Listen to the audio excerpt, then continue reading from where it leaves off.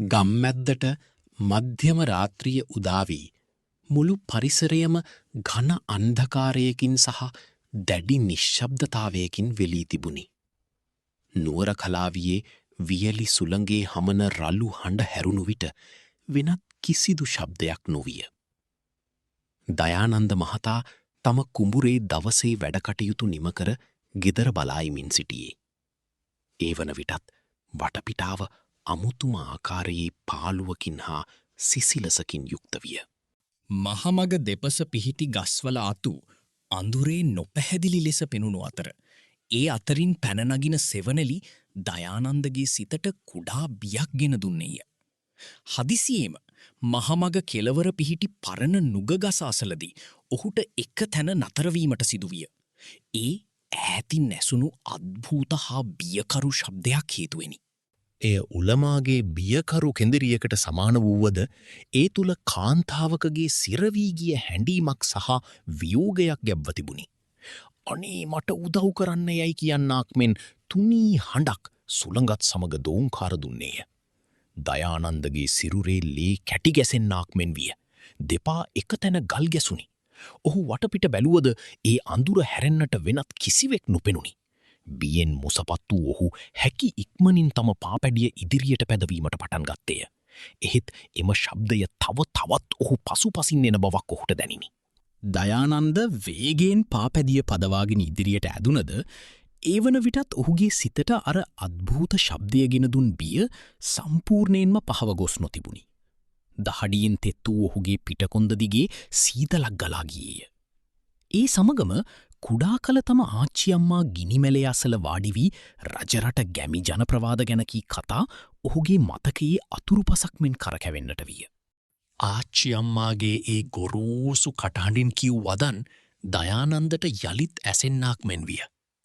පුතේ, මේ රජරට වියලි බිමේ සැරිසරන්නේ බෝදිලිමා. ඇය සාමාන්‍ය ගැහැණියක් නෙවෙයි.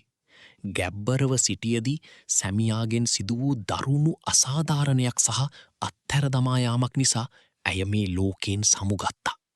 ඒ අවාසනාවන්ත මරණයෙන් පස්සේ ඇයගේ ආත්මය පිරිමි සංහතියටම වෛර කරනවා. දයානන්දගේ සිතට තවත් බියක් දැනුනි. ගැමියන් පවසන ආකාරයට මාළුවල්ලීමට ගන්නා කරක් ගෙඩියක් වනි වටකුරු කළු රූපයකින් සහ දිගු කෙස්කලඹකින් සැරසි ඇය රාත්‍රියට ගම්මැද්දට එන්නේ පිරිමින් පසුපස හඹා යන්නට යයි. දෙවියනි, ඒ ආච්චි කියපු කතාව ඇත්තක්ද? දයානන්දට සිතෙන්නට විය.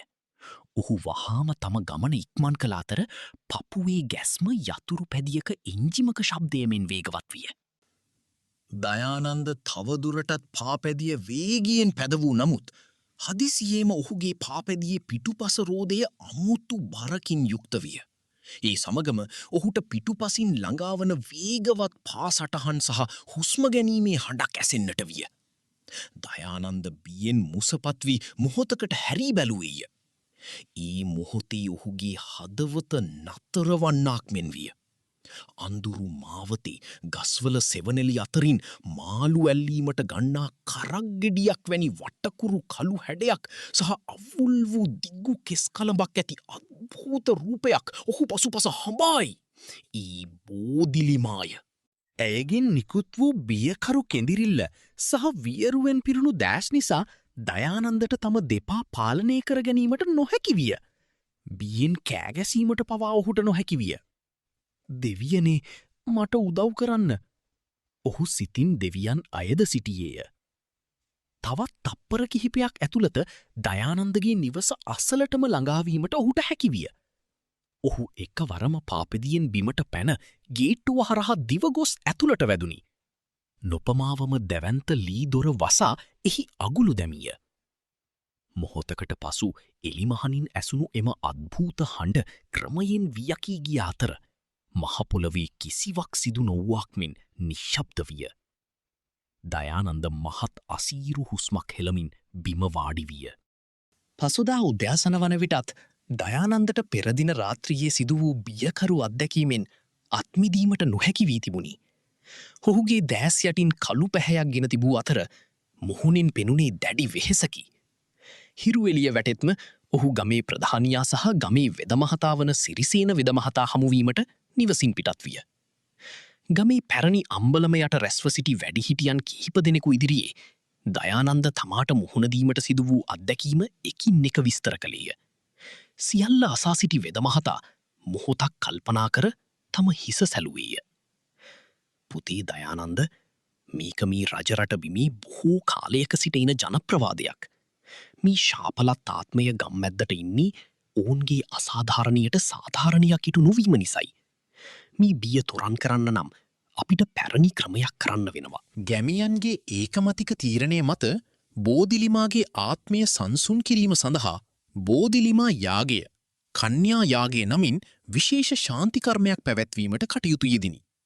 පහන් ආලෝකයින් සහ සුවඳ දුම්වලින් මුළු පරිසරයම පිරී ගියේය.